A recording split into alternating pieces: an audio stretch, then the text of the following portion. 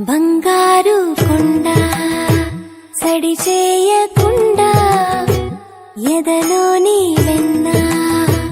దోచేనే